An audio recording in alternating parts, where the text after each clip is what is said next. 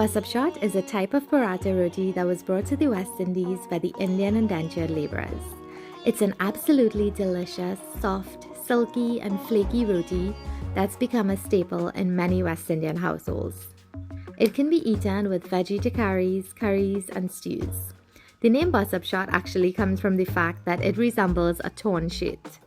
It's similar to the Indian lacha paratha, Malabar paratha, and pitai or smashed paratha.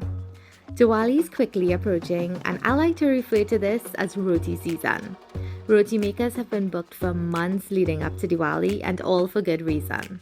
Basapshot will be the star of everyone's Diwali dinner table. You can't eat all those tikkaris without it.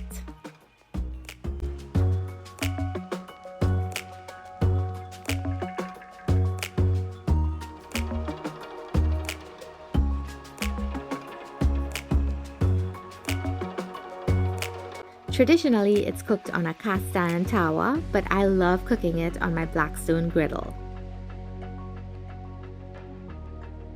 Most of my Diwali memories revolve around food, and maybe my clothes getting caught on fire from diyas, but that's a story for another time.